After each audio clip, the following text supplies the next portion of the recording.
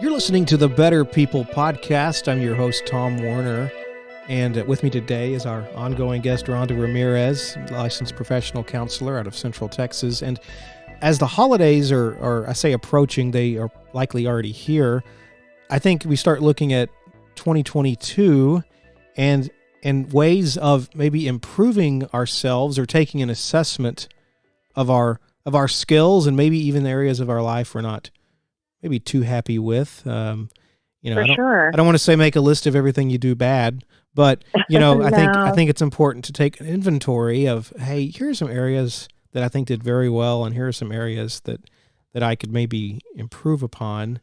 And so, Right. with that, and I borrow part of this philosophy from a. I'll do a little plug for the John Maxwell leadership podcast, and I'm probably said that name wrong, but I'll put a link to the actual show. But they had mentioned that one of the tactics that's recommended is to do very similar process of just take inventory of areas of improvement that you would like to work on and kind of start building a map. For sure. I think that's the most tactile. You have something to look back at. That's the best way to do it, is to have something that you can look back to. And so, writing things down, and it, again, you're right. You don't want to write all these things that you're like, I'm really bad at this. I'm really bad at this. Well, because we're human and we can focus on the negative side real quick, that list would go on forever, I'm sure. But we don't want to do that. We want to make sure that we're looking at first kind of big picture things, maybe, and kind of saying, okay, so let me just think back. The past year's been crazy. The past year and a half's been even crazier. What do I think could help me in my daily life as I go on from here? So, it may be something as simple as I'm sitting in my own living room looking at a pile of laundry, when, I need to be more efficient or better at figuring out how to do the laundry and not let it sit in my living room, because it makes me feel like I'm not very successful when I'm sitting with the same load for, 2 weeks on the couch that's clean. Maybe it may be as simple as that. And you say, okay, how do I figure this out so it works better in my life? Or it may be that, I'm working in a job that is just a job and I don't feel super connected to it, and I would like to feel connected to my job. Or maybe, that doesn't mean that you have to feel completely passionate about every job that you're working at, because I don't believe that. You may have other priorities in your life. Maybe you sit down and you say, this year has been rough, but I'm so thankful that I have a job, or I'm so thankful that I have this. It's not my ideal, but right now I'm focusing on raising my children. Or right now I'm focusing on taking care of some family members. Or right now I'm focusing on figuring out how to have a physically healthier me before I can, change jobs into something that is a little bit more demanding for me. Sure. Well, if I can figure this out now, right, then I can do that in a different way. And then you can determine if the job is helping you reach those objectives, right, or if those it isn't. Objectives or not. Yeah. Mm-hmm. So, you kind of think back and say, what is something that would help me if I improved it for my daily life, and that, of course, it varies from person to person. Again, it can be as small as a task that you just can't ever seem to really get done, or it can be as big as, maybe I want more purpose in my life. What does that mean for me?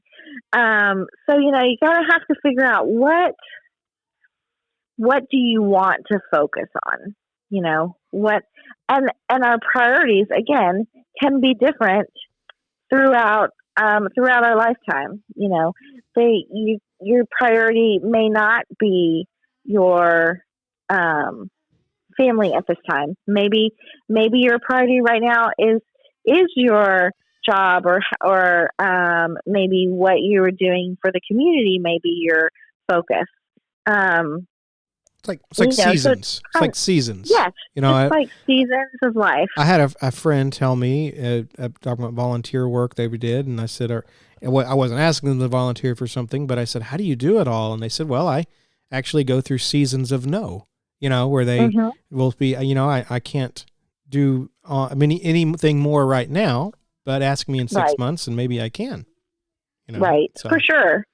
And that's a really great thing to learn how to do. And that's the hard part, is that it's easy to say it, but then now how do you, because I'm just thinking of all the things I'll do after this that still need to get done. Yeah. No, it's just, it is kind of learning that, yes, life is lived in seasons. And it's, kind of goes, I don't know who said this. It's often, I've heard it often when we're talking about women and women wanting to have it all. And the idea of, you can have your job, you can have a family, you can have all of these things and do them all well. You just can't do them all at the same time. And so that is kind of the perspective that I kind of work with. You can have all you want in your life, but you probably can't have it all at the same time. Because every portion, every season takes a lot of energy. And so you don't have limitless energy, and that's not something that's sustainable to go 90 to nothing, for 365 days. Just probably not super possible. So you do have to kind of sit down and think and even write down, like, for this next year, I want this to be my priority. And then as you go through the next year, that means that maybe every decision you're making, you kind of have to go back and say, does this fall into my priority? Does this fall into what I want to focus on this year? If it doesn't, then you do get the option to say, you know what, that sounds super fun, or that sounds like something I really want to invest my time in, but I cannot, you'll have to come back and ask me later. I cannot do that right now. And it's way okay to say, I can't do that right now. It's hard for sure, but especially if you're focusing on something specific, you have to really sift through all of those things so that you can focus on that priority. There was a time in my life where I was in grad school. I was working. I was also teaching. I was working as a teacher, and then I was teaching extra stuff at a university, and I was volunteering, doing some work at the jail, and I was in grad school as well. And that just was not sustainable. So I had to say, okay, my priority this year is to finish grad school. So, everything else kind of had to dial down because it wasn't possible to do all of that. So, writing those priorities down, and don't have like 10, have 1 or 2, because if 10 is just too many things to focus on. Have 1, 2, maybe 3 goals. Maybe. Yeah. 2's better. It's much more doable. And there's no rule that says you can't make a revision as you progress throughout the year. Yeah. For sure. If you feel like you're doing great at those 2 goals in, April, then maybe you add another one. So yeah, that's the best thing about being human, is we don't have to be the same person every day. We get to change and grow, and we don't have to be the person we were yesterday if that's not who we want to be. So, that gets to be the fun part of figuring out, okay, man, and the thing is, if you write it down and then you put it somewhere that you see, I don't have anyone else at my house, so I can write it on my mirrors. Right. In the bathroom, I can do some things that maybe some other people may not want to do. Or, you could put it beside your bed or just put that list there. And the thing is when you continually see it, it becomes easier to focus on. It's, the what's the mainstream word for that is, I think, vision board. I've heard that term used, and sometimes associated with, I'm trying to say it in a nice way. Sometimes it's if you imagine it, you'll manifest it. And while there's some truth to that, I mean, I believe you have to have a vision in mind and you have to see it. And I get all that. Simply imagining it and writing it down doesn't make it materialize, but it is a good reminder to have it. We're definitely not magical, but seeing it helps us to remember. Yes. And to focus. Ask you, am I making the decisions that will get me to this? Yes, exactly. And I'm going to butcher the statement, but basically it's, do you have a lobster vision on a hot dog, on hot dog, what is it? Hot dog diet or you know what I'm trying to say. I'm totally misquoting it, and my 1 to 2 listeners will re-quote it, but it's basically hot dog lifestyle. Yeah, you have a lobster vision with a hot dog lifestyle, and if you do, you won't reach that, and I don't think people see progress as this starting on a graph at the bottom and just making this steady move up. And honestly, if you look at a real progression, you'll see those drops and you'll see those dips and you'll see where things went back down a little bit. It's just, you want to see overall time, have there been increases, not, oh my gosh, I took a step back, therefore I'm a failure. It's more like, well, you know what? I'm going to try this another way. Correct. Correct. It's going to be a long-term growth. Well, one time years ago, and I haven't given up on this dream, but it's for the older I get, it's harder it's going to be to obtain, but is jogging. I've wanted to take up jogging, and I'm going to be a jogger. I'm going to make myself do it. And, the first 3 times I did it, I said, you know what? I don't think I like jogging. And I haven't given up, but I also, I'm thinking, that may just not be me. Mm-hmm. So who knows? Yeah. Who knows? Definitely the other thing I would say is, if you have those goals, also just keep in mind that there's going to be lots of little changes that add up to that goal. Yes. You're not just going to change one thing. And you're going to have to start being okay with tiny changes. Well, and that does segue, and I apologize. I'm told I cut people off. No. I do apologize.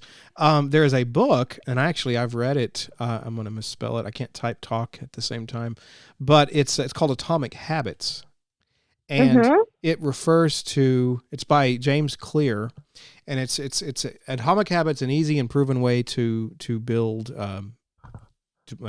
It cut off the name of it, but basically you're building habits.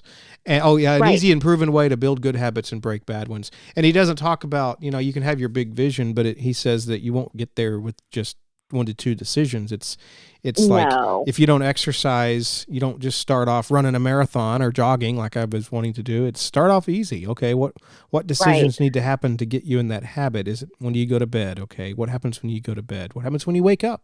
What happens when you, if you're trying to eat healthier, or are going by and I'm saying this from personal experience, buying a Twix bar from the vending machine, throughout the day is probably not a good choice. Good choice, and actually probably spending money at the vending machine is not a good choice. If you can avoid it. I've looked at my bill and I've seen it, and I'm like, oh my gosh, I spent how much at the vending machine? Right. Well, and it's not me that reminds me; it's my wife who reminds me. Says, you spent this much over the course of a month? Yeah, I did. Actually, that was 2 weeks. And so it is. Yeah. Yeah. So to continue on, you were talking about making basically small changes. Just small changes. And I was going to say, I listened to a radio host who is just a radio host, but he always says, just if you can make a 1% change, man, that's great. And I think that's a really good perspective, is if we just change this tiny little bit, that 1%, if we can just get 1% better over about 2 or 3 weeks or a month, that's change, and that's movement. And we're just looking for movement. And as a catalyst, sometimes that change can compound into bigger change, and then to where you do start seeing those massive adjustments over a course of, let's say, a year or two. But there's no rule that says it has to be a year. It could be it's a lifetime, really, if you think about it. Right. Mm-hmm. Absolutely. So the biggest thing I agree with Maxwell. Write those goals down. Take some accounting of like what do you feel like maybe wasn't working the best for you this last year, and is that something you want to maybe try? Yeah, to change a little bit. And it doesn't have to be business. I listen, a lot of business people listen to that, and it's good advice in business, but it's also good advice in personal life. If, hey, I would like to read my children at least to, read a story to them twice a week or 3 times a week, start building it. The best way to start is to start, there's no other way. Yeah, absolutely. Absolutely. So key takeaway is, and we'll go ahead and wrap up here, but the key takeaway is basically take an assessment of your good and bad throughout the year, and kind of start looking at what can you apply to the next year, and really just start writing it down, start remembering it. Yeah. And just make a tiny change. Make tiny changes. So that's it. Absolutely. Well, we're going to go and wrap up here, and I'll be right back with you. Okay. Moment. You've been listening to the Better People podcast with Thomas Miller, with I should say Tom Warner. That's my on-air name. Oops, I don't care. With Rhonda Ramirez, she's been our ongoing guest on the show, licensed professional counselor, and today we were talking about improving yourself for the next year. Drop us an email at hello@betterpeoplepodcast.com, and as always, thanks for listening.